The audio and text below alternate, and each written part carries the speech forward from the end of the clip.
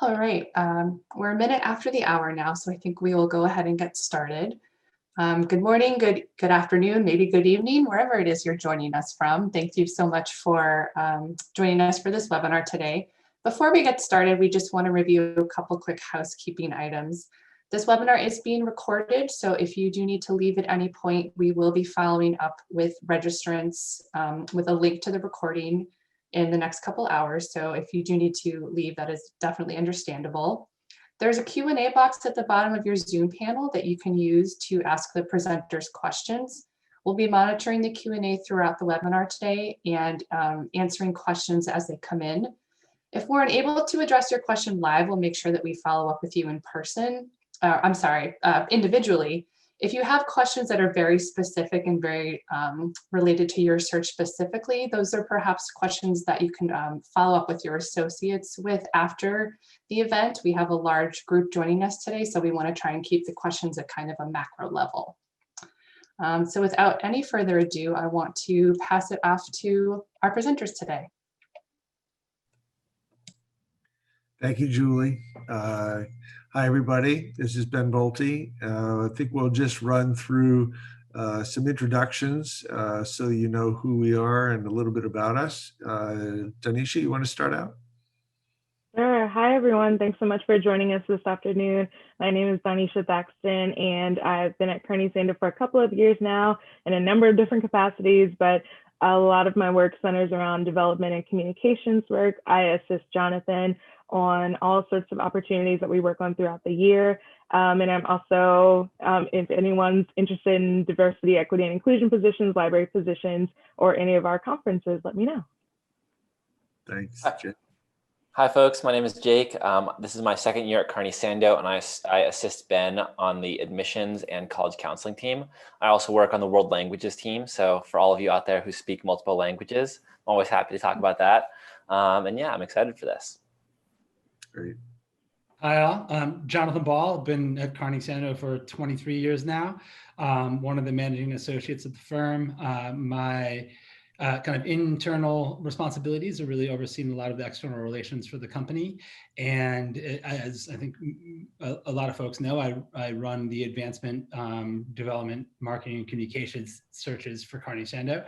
That's my placement responsibility and search work that I do. And, you know, it's been an interesting year, so much so that I've grown a plant out of the back of my head during COVID. So this is my new office space. Thanks. I'm Ben Bolté. This week actually marks my beginning of my 34th year with Carney Sandoe. And I've done a lot of things over the years at the firm currently, and for a number of years now, recruiting and placing admissions and college counseling folks, and doing leadership searches for schools all over the place, all over the country, other parts of the world. So kind of combined role, but it's very interesting and very fulfilling.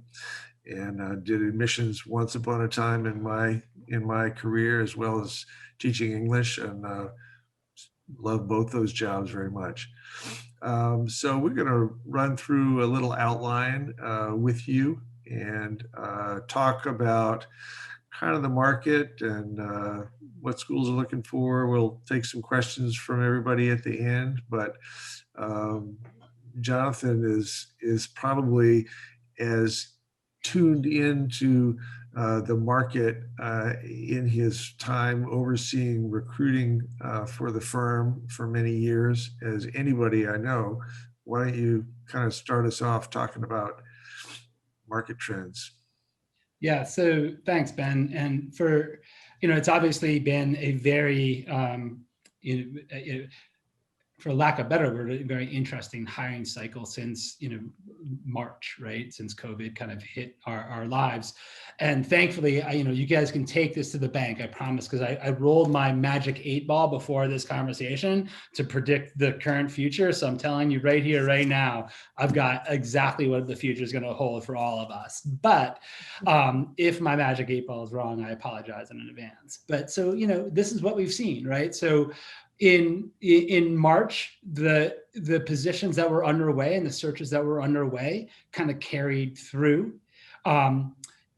And then two things started to happen in the market. So as far as external relations positions, admissions, development, Marcom, towards kind of late spring, early summer, those positions started coming to kind of a screeching halt, where kind of enrollment was, well, up and down, and Ben can speak more to that. But, obviously fundraising and campaign work and a lot of, constituent relation work started to slow down, and schools were putting searches on pause really throughout the vast majority of the summer.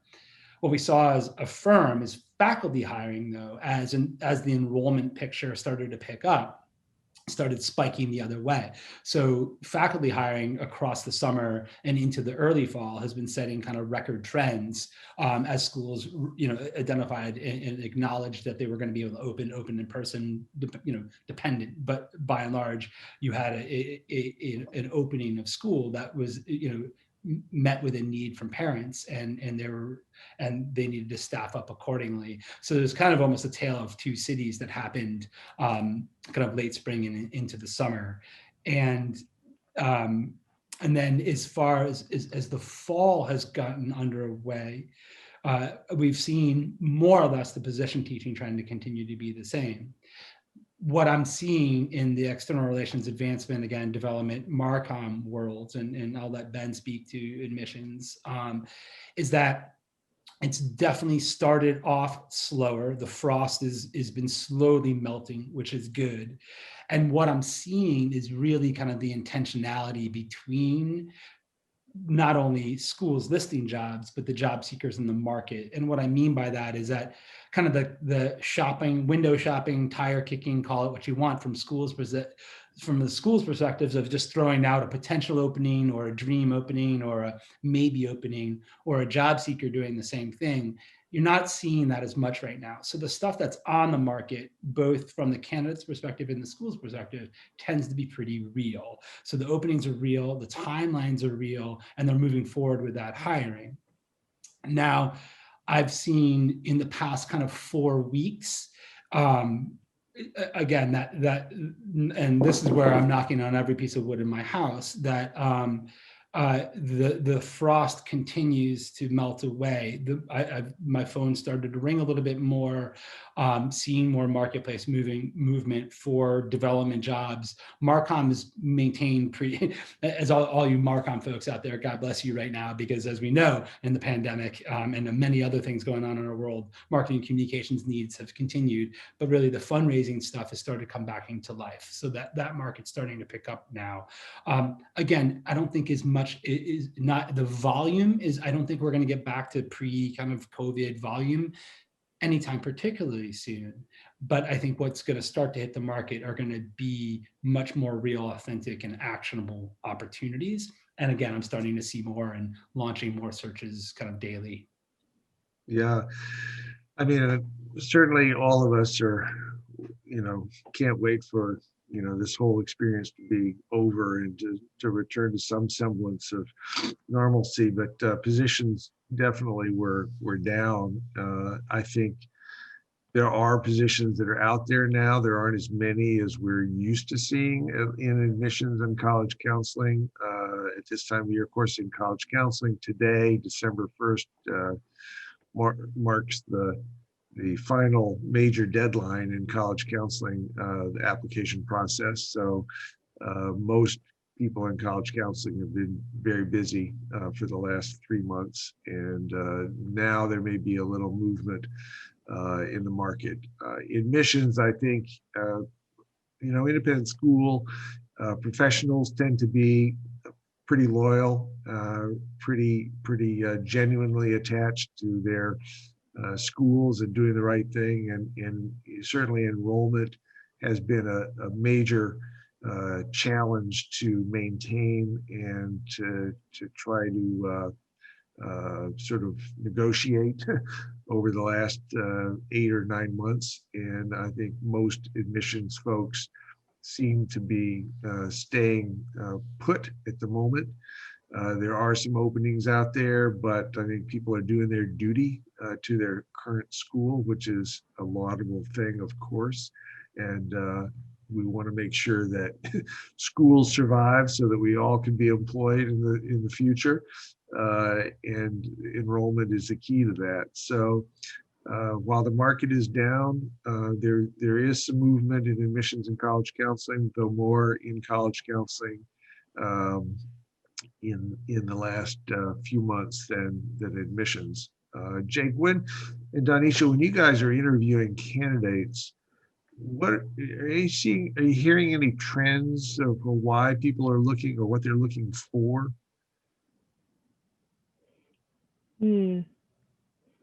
That's a good question. I think that with the various crises sort of happening, a lot of people who are looking are finding that things that they used to tolerate, they're not able to tolerate anymore. And so that they're looking to move on, and maybe they've always wanted to find something that's a little bit of a better fit. And so that's what I'm hearing a lot is just, this has really made me focus and zone in on what my priorities are, what my non-negotiables are, and what it would take for me to move into a community that better serves me in one way or another. So I'm hearing a lot of that. It's just like a lot of things have been brought into sharper focus, and they're being a lot more critical when they're going out there and talking with us and talking with schools about what would make them move on and then stay at that next position.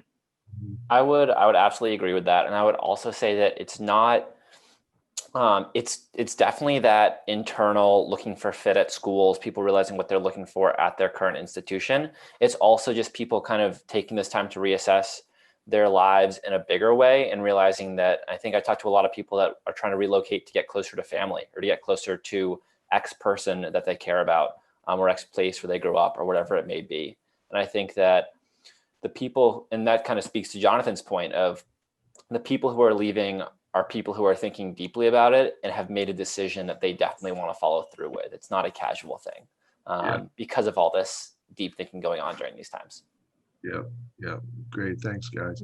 So we'll move on to our next bullet point, which I think is has something to do with what schools are looking for in candidates. I'd say in college counseling, the blend of desired experience with college admissions and college counseling has faded a little. I mean, it's still an in-demand background, but in the last couple of years, I've really felt many schools say that they would rather have somebody with college counseling experience than college admissions experience.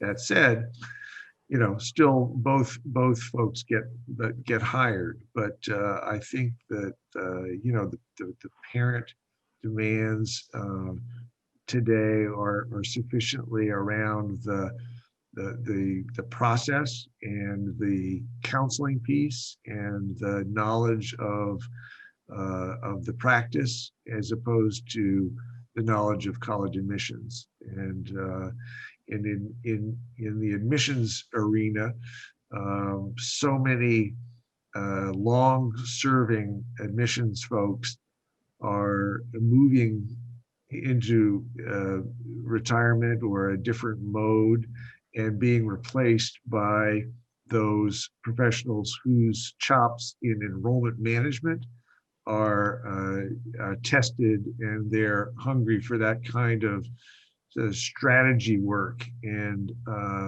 really ensuring that in the longer term that the school understands sort of the demographic and financial models that are going to sustain it as an institution, and provided that the enrollment plans work. So it's always true that associate and assistant directors are looking for that schools are looking for people with engagement and warmth, organization, flexibility, teamwork, ability to speak authentically and genuinely and excitedly about the school and its program and values, that they know it. But as you sort of climb higher into the intricacies of managing a financial aid program, which is increasingly important, and doing it with more families with the same number of dollars, and as well as the strategies of enrollment management, it does get a little bit more scientific than artful. It is both art and science, but the science is really important today, and that's what schools are looking for. I suppose there's some of that in development and advancement too, right, Jonathan? Yeah, a couple things, and actually, if I do it well and can remember with my brain these days, I'll pull us back into kind of a macro point around all of this on just the on current market trends as well. I'm talking about kind of the art and science of what schools are looking for. Is that honestly, the reason I love the work and stayed at Carney Sandoe for as long as I have and do it is that at the end of the, I, as the son of a headmaster, I deeply believe in obviously the power of independent education in particular. But really what keeps me here outside of my awesome colleagues is the people that I work with, the candidates that are looking for jobs, and having human conversations with people. Like at the end of the day, the work that we're in is not about making widgets, and widget making is a perfectly fine profession, but like we're dealing with people and people's lives, and what schools look for there is getting more and more human every time. I mean, and especially as what we're all seeing and going through right now as a society, it's definitely challenging us. And that piece of challenging us in schools will come back to the current market trends. It won't be all doom and gloom, I promise. So what I mean by that is that, yeah, there are definitely core skill sets from a resume perspective in development and marketing and communications that our schools are going to be looking for, our clients are going to be looking for. And I have no secret there. I mean, for development people, they all know, of course, every school wants them to have the magic wand that zaps checks out of people's pockets, right? That doesn't exist. But what I'm hearing more and more of reality of what schools are looking for, it goes back to that art and science of that. For the top leadership positions in development, so when you're talking about people who want to be directors of development or directors of advancement, it's really somebody, and I sound like a broken record lately, but it's something I've heard from a lot of leadership, is that they want people that are players and coaches. They clearly want a fundraiser who's able to solicit gifts and be with the head and the board at the highest level with the 6, 7, 8 figure gift people, have the gravitas to be able to control those relationships in the room and know what they're doing and been there and done that. And that skill set will never go away in the profession. It's a hallmark of the profession. I mean, but at the same time, schools are really looking for people that are also that can ideally be in those leadership roles if the school is structured. And most of our schools are structured this way because they can't afford the extra layer of administrative kind of top heaviness. They want people that are true mentors, leaders on campus, that are growth mindset individuals, that are lifelong learners, that are going to bring that to their advancement and development teams and colleagues and challenge them to be the best practitioners themselves and kind of challenge assumptions and breathe that lifelong learning and growth mindset into the development team that they're managing. So really somebody who can be a thoughtful and strategic leader in development. I think more of our heads are seeing how powerful that mindset can be on campus. Same holds true for, quite honestly, for all jobs in schools, and same holds true for the marketing and communications professionals. There's some clear buckets in both of those areas from a skill set perspective. Again, they need to have, but I think the nuance is leadership. I think the other thing, and I hate the book, and I can't believe I'm almost quoting it, but it's like the Who Moved My Cheese book from 2000. I think it came out when the bubble burst, and the person who wrote it made like $4 billion. But like adaptability, somebody who's going to be adaptive in this environment and is a glass half full person that can row the boat and high five people all at the same time is what schools are looking for. Because that's what the work takes these days. So somebody who can be adaptive. The other piece too, and this one I might have to, I don't know, call BS on maybe a little bit, is because I think it's kind of ironic, but like I hear more and more in both of these roles that they really want people with like creative out of the box entrepreneurial spirits. And at the same time, as we all know, schools, I don't know how entrepreneurial and creative they really are at the end of the day.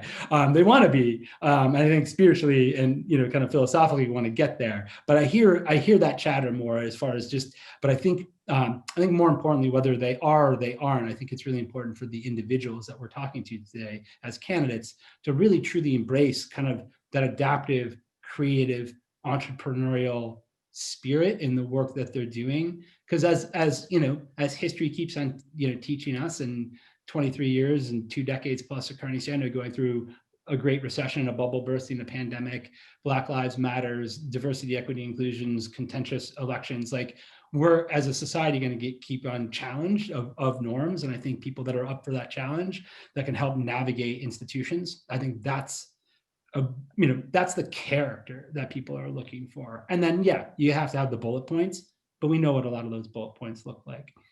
To tie it back to the market trend thing, because Ben interrupted me and I like to talk, is that I think what I, and maybe I'm knocking on wood as well, but I do think, at least in the development world, but I think actually school-wide, to be honest, going back to kind of the human side of the work we're doing, and something that Jake and Donisha both picked up on, is the intentionality of candidates looking for jobs right now, and some of the real reasons and motivations for people that are looking for jobs.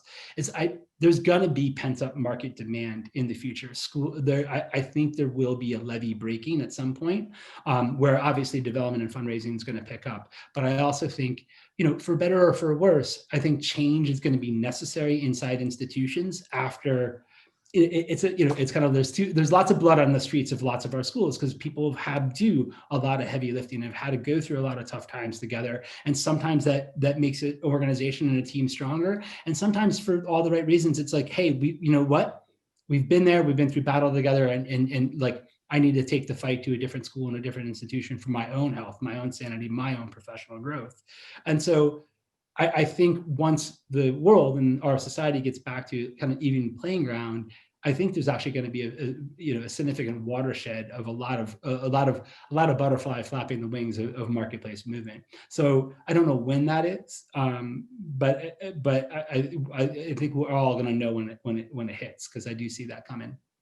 Yeah, it's probably not too far around the corner, right? I mean, the fact that we have a vaccine now that's being flown around the country to start to inoculate people is a great sign, and a little pretty reassuring for what might come sooner than later. If we skip to sort of thinking about best practices to working with Carney Sandoe, when you're a candidate, I mean, Jake and Donisha, maybe you guys would start to touch on some of the things that you've seen in the time that you've been working with candidates that have really helped them be successful in their job searches, and partners with us in that process. Yeah, I think, even what you said at the very end, just the wording of being partners with us, I think that is one of the most important things, right? Our goal is really to be so much more than a job board. It's to be advisors to you and supporting you throughout the search. So giving us updates on, I found the school I'm really excited about.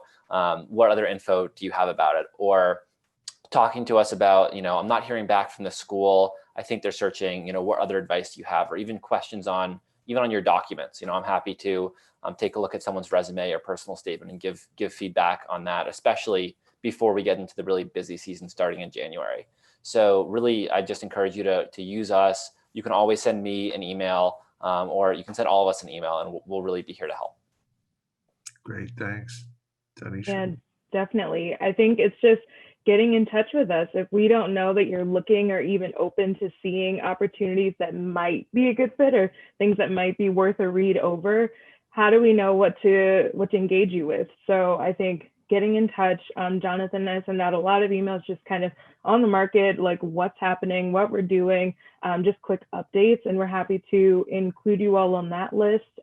Just really getting in touch with us and letting us know a little bit about your search so we can think about the nuances within that. Even a 5 to 10 minute phone call can go a long way. We can say, oh, I know Jonathan was looking for this position, sounds like a perfect fit. Why don't I send them an email? You know, things like that can really help us, like Jake said, really help us partner. And you can still be the steward of your job search, but we want to help you make those connections along the way, help you get that first interview with a school, give you some insider knowledge, things that we know just from, you know, we have years and years of experience on our team, just so we can help you in the, you know, in the best way we know how. So I think that's helpful, just getting in touch with us, letting us know what's up. Yeah, one of the real rewards of our job is certainly not just helping a school to hire a great person for X opening, but really helping a candidate find a professional opportunity that is going to be fulfilling and check a lot of boxes in terms of personal or family life, and give the right kind of mentorship or value system at the school, so that, you know, the candidate can move forward professionally in whatever way, you know, she wants. And, you know, making those matches is so much easier when, you know, we know, of course, not just what the school's looking for, but we know what the candidate is looking for and capable of, or wants to be capable of. You know, sometimes you know, going into a job that you're not yet qualified for but really interested in can still happen. And you know, it's a great growth opportunity, and we are all about making the match, right, Jonathan? Have been now for a long time, but no, I mean, yeah, I mean, I like the best practice sort of stuff. I mean, it's like first of all, like recruiters aren't scary. I mean, I'm not that scary, am I? And it's like, and you're not being like, you know, dishonest or cheating or you know, if you talk to even, you know, Ben or me about just, you know, future aspirations and goals, and you're not wasting their time either. I mean, like my favorite, and also know job searches take a long time. It may not be the right job, right place, right time, right moment. It may be, sure, lightning might strike, it may be tomorrow. It also might be 18 months, maybe 2.5 years before my phone rings or your phone rings for the right opportunity. But take the opportunity to build that working relationship with people that, again, been in the profession for a long time. And it's not, you know, unethical or dishonest to, you know, to have those conversations. You know, if you want to just, you know, think about you, your next steps, your careers. Again, going back to what Jake said, you know, it could be for personal reasons that may be coming down the pike. I mean, you may have aging parents, which is what's happening with you know, demographically in our society right now. So more people are facing family decisions, or you're, you know, a new family and you want to be near aging parents, and, you know, those considerations are just perfectly human. And or, as Ben said, and one of my favorite things to work with schools and administrators and heads on is I call it kind of the 80-20 or the 75-25. It's like my best and most, you know, kind of great searches and thrill in the work that I do is help somebody who gets a job that's 75% or they're 80% of the way there. And there is that growth curve of that 20 or 25% for them. Because if that's the case, I know, one, they're going to get in there and crush it. And two, the school is going to get all the juice from their extremely hard efforts of making their own careers move forward. And so we can't get there without that kind of good, you know, in-depth, you know, strategic kind of partnerships in working with our candidates, like maybe in advance. And maybe that's the, you know, that's the time and effort that needs to be put in the future. So there's a little bit more like, know that it doesn't have to be right now immediately. And sometimes it does, but like you know, Ben and I, now 57 together, we've been at Carney Center for 57 years, 23 and 34 or whatever. Like, we're not going anywhere, again, knock on wood. So like, you know, I'll be doing the same work 3 years from now, and maybe that's the right time for the right role. So I think take the long view too, not only on a job search, but on your professional career and track and kind of the players in the field, like help us help you sort of thing. And you know, you know, that's my approach, because again, it's a wildly human business that we're in. And Go for it, Ben. Right, Jake. Just going to quickly add to what Jonathan's saying, in the sense that, you know, we've been able to work with some of the same candidates you know, like over the course of 20 years or 25 years. And so, helping them to launch their independent school career and then develop into leadership roles, and then to become actually hiring contacts themselves. And so it's a great cycle, and we do take the long view. Sorry, Jake, what were you gonna? No, go. It's great. One other thing I wanted to mention on the topic of best practices in working with us is that, and kind of talking about being in communication, et cetera, is that we are, one avenue that candidates go down. We don't ask for exclusivity in your search, but we are here to help you with those individual schools. So if you find any jobs on your own, we do always ask that you just shoot us an email before applying, in case it's a school that, we might already be working with them confidentially. And if that's the case, we can sometimes give you different or better ways to follow up with them also. Yeah, as well as to speak with the school about you, because we've gotten to know you, and there are things that we can advocate on your behalf that can be very useful. And that comes when we're able to refer you. It's also true that if Jonathan or I contact the head of school, the likelihood is that person's going to call us back.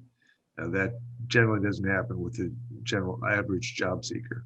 So, and Jake, you actually bring up, sorry, Ben. Yeah, but Jake's point is actually a really good one, and it's hard. Ben and I fight this message a lot too, because Ben and I both do. There's different levels of Carney Sandoe services that our schools and our clients purchase through Carney Sandoe, right? That are working with us. We're a business, and so all of our retained work is publicly put out there and on our website. But that's just the tip of the iceberg on the searches that we're working on. So again, it just goes back to that help us help you kind of communication of like, let us know if you're seeing or hearing things of interest. Chances are Ben and I are working on those jobs, just at a different service level with those clients. And we have Ben's right. We know a lot of the heads of school in the country and the hiring decision makers in the country. That's why we do what we do and what we've done for as long as we have. So reach out to us and let us know what you're thinking, because chances are, again, we're probably working on that book of business as well. It's just not public because they haven't retained us to do it. It's just a different model. And those waters get muddied often, especially in the external relations areas that we handle. So thanks for bringing that up, Jake, because that's a great, hopefully that helped clarify some of it too. It's a conversation that I have a lot individually.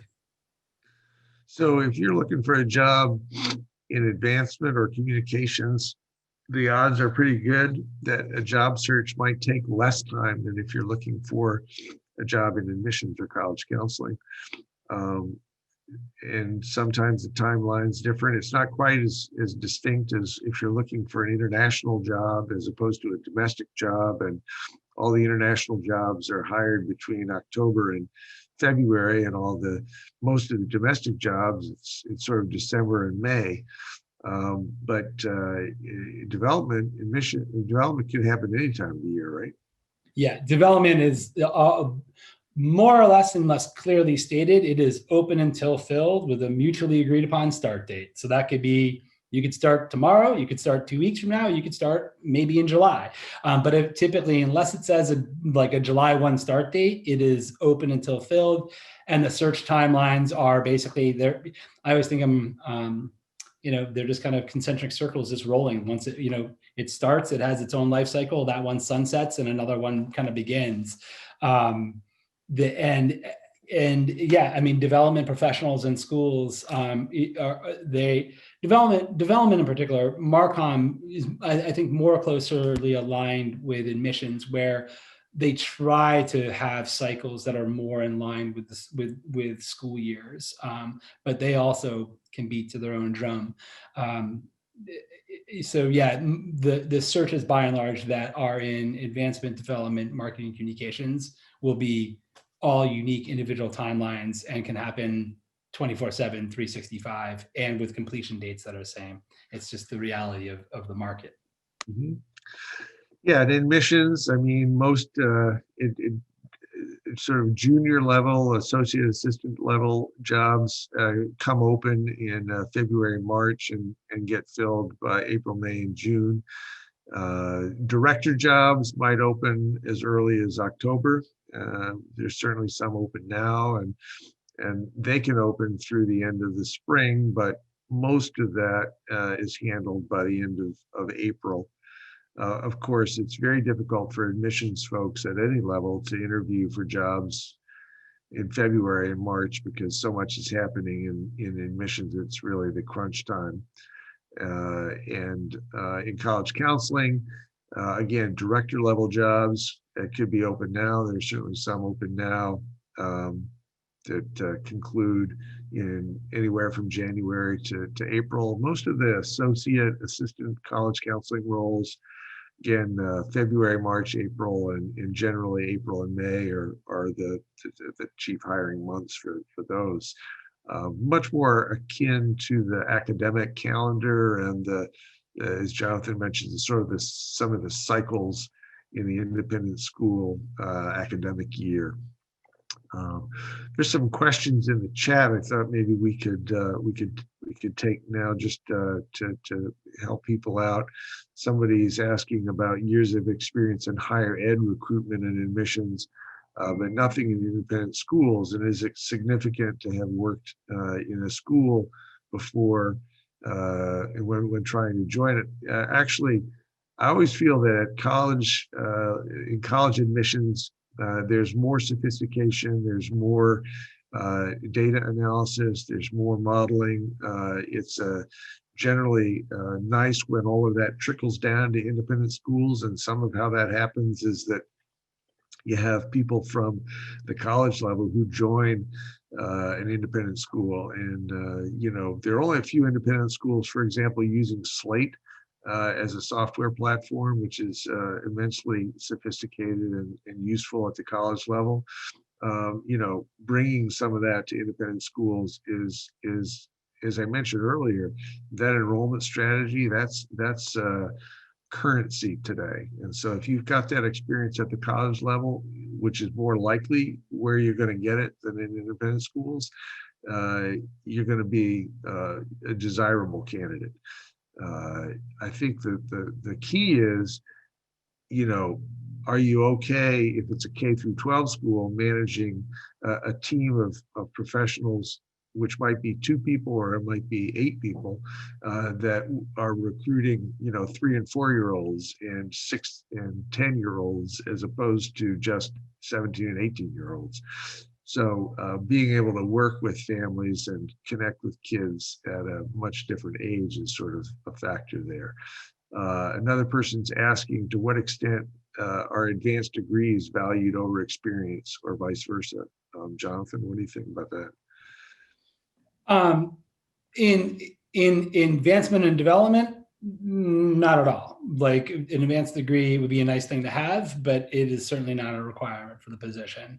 Marcom more so, obviously, and especially around writing, journalism, the appropriate kind of degrees, definitely more looked upon. At the end of the day, maybe I'm biased because, as I always like to joke, I'm a graduate of the University of Wisconsin-Madison with just a BA. So I always say I'm in my family and everybody I work with, I'm just like the dumb kid from a state school with the BA, and I've done okay. So experience matters a lot in this world, and there are certain things that a program can support, and you can learn a lot in school, and you can learn a lot through a master's program. But the first thing people are going to look at is your resume and experience, what you've done, where you've done it, how you've done it, and then they're going to look back at your education in most external relations fields. If this was academic, different story. But for the external relations sides of the institution, an advanced degree tends to be a nice thing to have, and you can certainly draw upon the skill set that you and the experience and the growth you had from that kind of intellectually.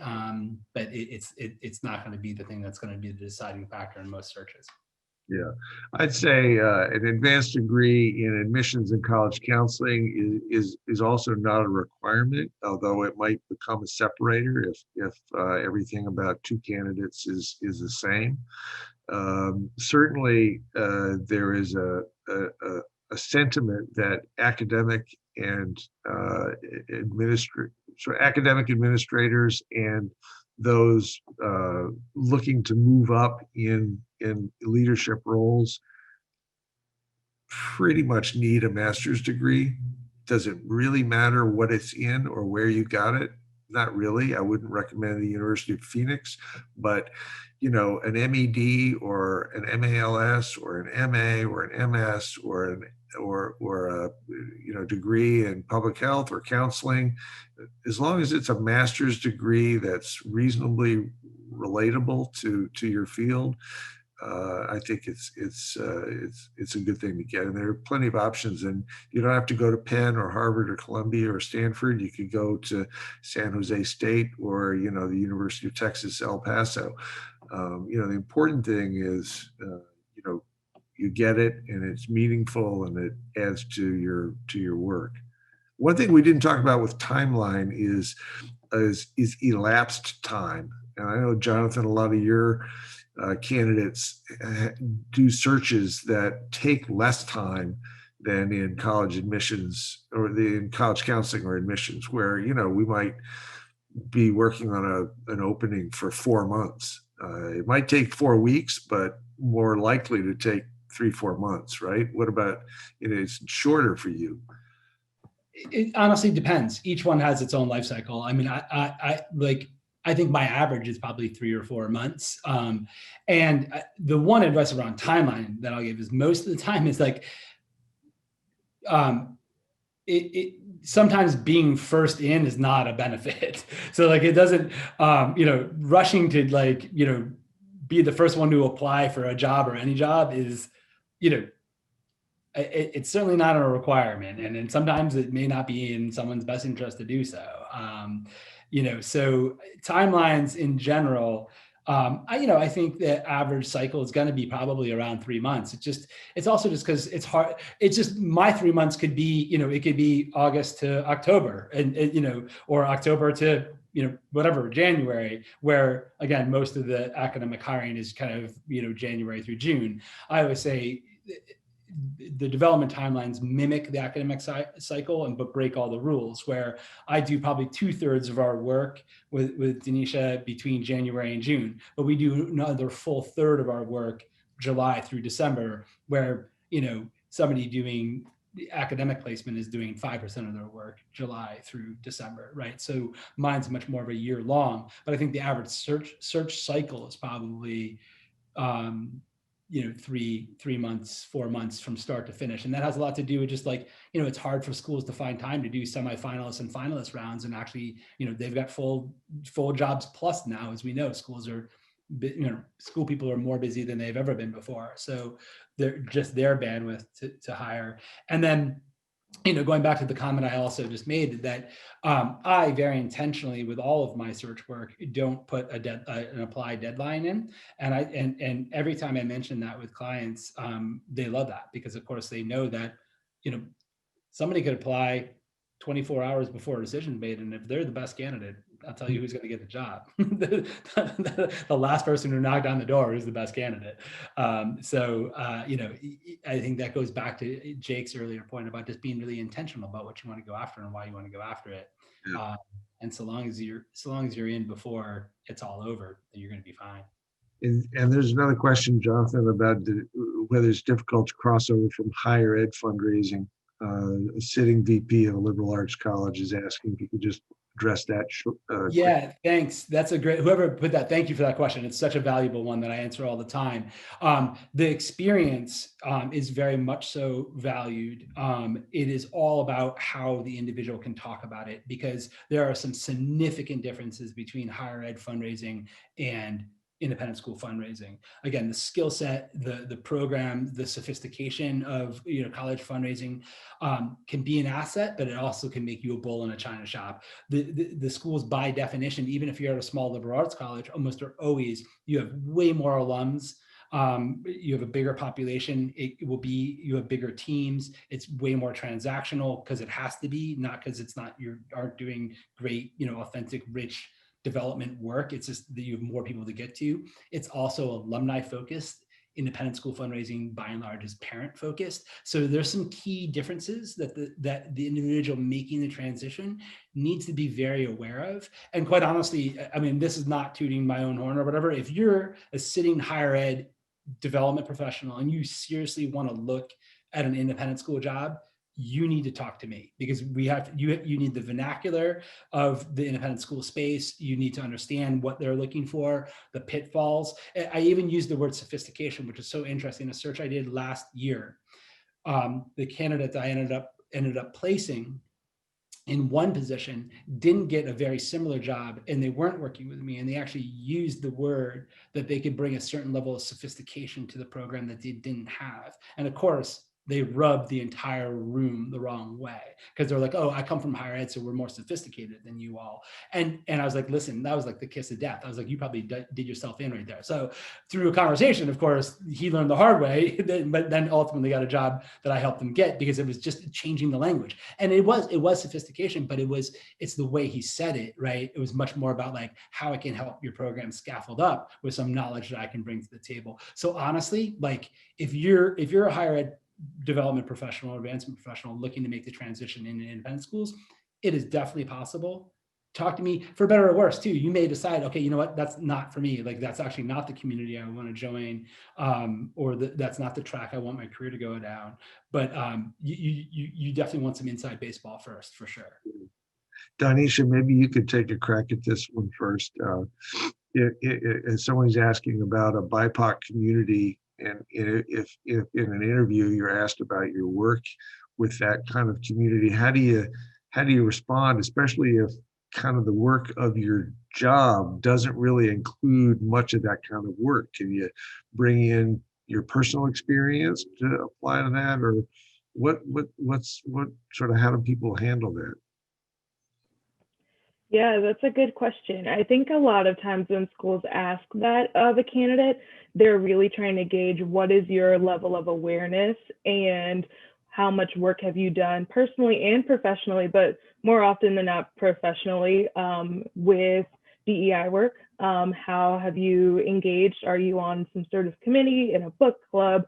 What level of language, what vocabulary do you have at your disposal? Because they want to know that they can trust you to not only do the sort of nuts and bolts of a development or admissions job, but they want to know that you have a level of emotional intelligence, you have that level of like you can move through different constituents and not offend them. They can trust you to go out into the world and have conversations with a number of different stakeholders and represent the school in a way that is empathetic, that takes in concerns, that assuages a lot of people and what they're bringing to the table. So they want to just kind of understand where you're coming from.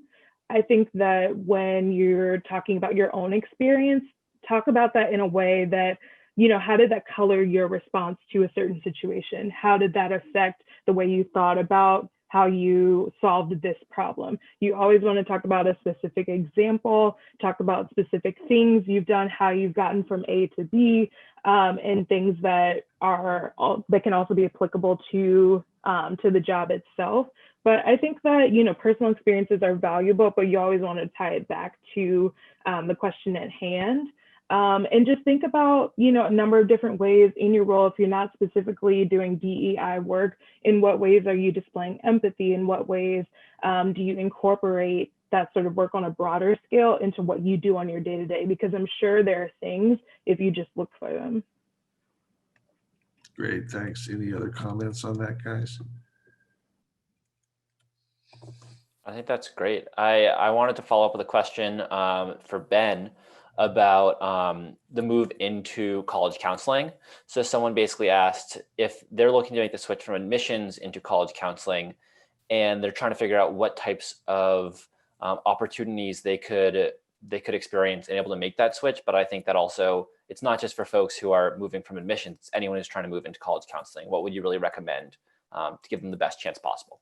Yeah, so I mean, college counselor, I mean, college admissions folks are busy, right? They're on the road a lot. They've got reading periods, but there are opportunities to kind of come down to the school level and do parent meetings, or to be on panels for students, or to take extra time to speak to parents when you're doing a visit, so that, you know, you kind of begin to get the parent mindset when you're a college admissions person.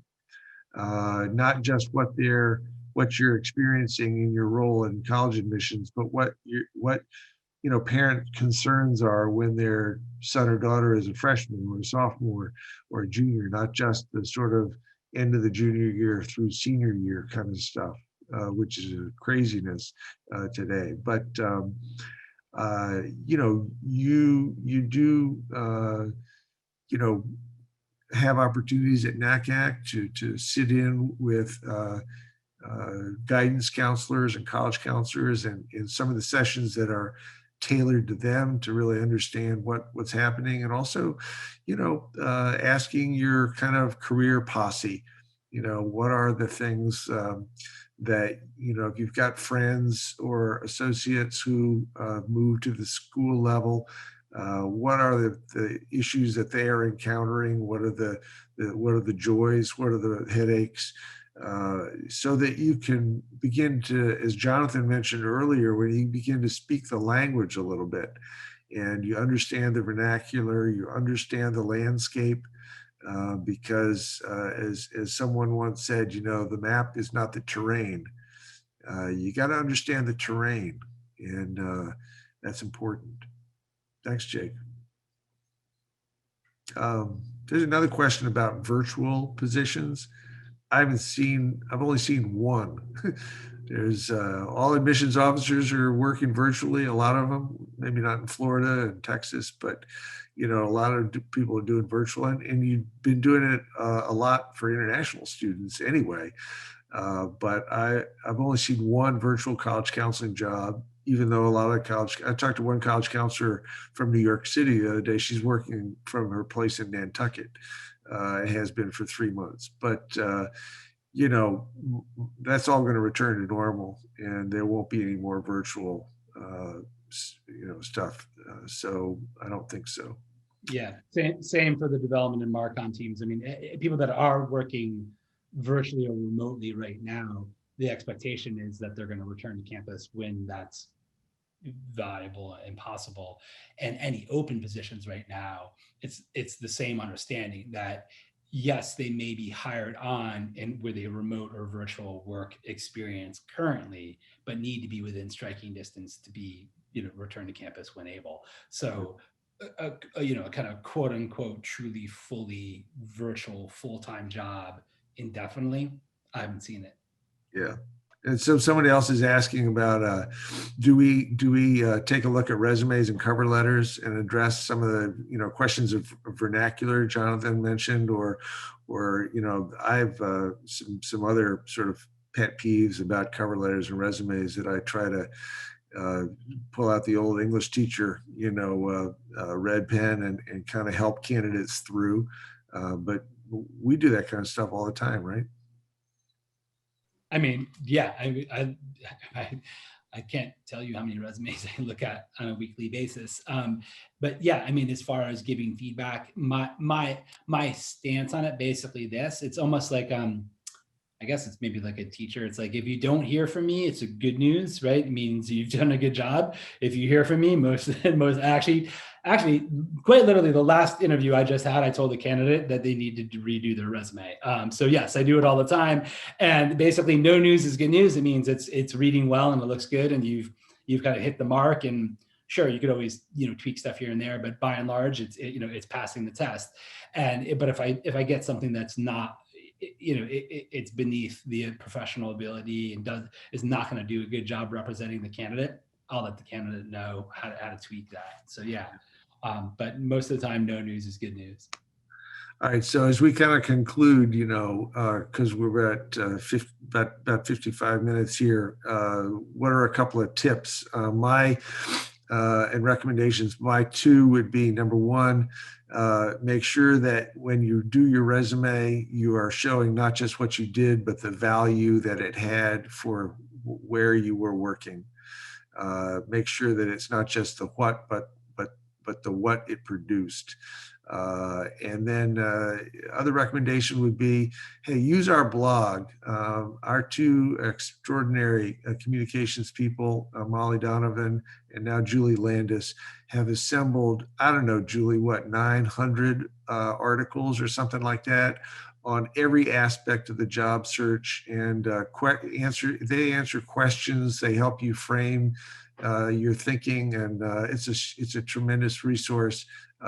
Definitely take advantage of that. Jake and Donisha, any tips?